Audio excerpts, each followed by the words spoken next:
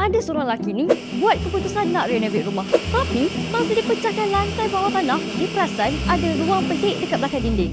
Dan dia jumpa sesuatu yang mengejutkan. Di sebalik dinding tu, dia jumpa sebuah terowong gelap yang macam tak ada ending. Dia terus selidik. Dia masuk terowong tu, tapi makin lama makin dalam. Makin banyak lorong yang bercabang. Sampailah satu tahap, dia sendiri pun tak percaya apa yang dia tengah tengok. Lelaki ni sebenarnya terjumpa satu kota bawah tanah gegasi yang dah wujud selama beratus-ratus tahun. Seawal tahun 370 sebelum Masihi. Nama kota ni adalah Derinkuyu.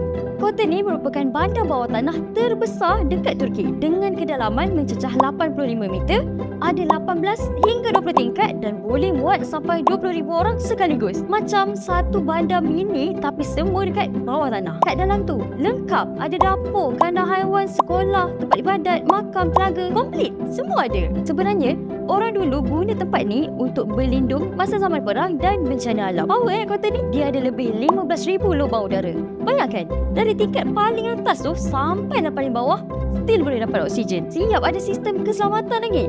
Pintu batu besar yang boleh tutup dari dalam nak halang musuh masuk. Derinkuyu dikatakan bersambung dengan bandar bawah tanah yang lain, Kemakli, melalui terowong sepanjang hampir 8 km. Ini menunjukkan betapa canggihnya sistem bawah tanah yang dibina pada zaman tu. Tapi bila tempat ni dah tak digunakan lagi, pintu masuknya ditutup dan lama-lama orang pun lupa kewujudan Derinkuyu ni. Sampailah lelaki tadi tu tergali balik sejarah yang hilang ni. Dan berkat penemuan lelaki ni, Derinkuyu kini jadi tempat bersejarah dan tarikan pelancong yang datang ke Kapadokia. Sekejap, nak tanya korang, kalau Derinkuyu ni pernah hilang dari peta selama beratus-ratus tahun, agak-agak ada lagi tak kota bawah tanah lain yang belum dijumpai dan ditemukan?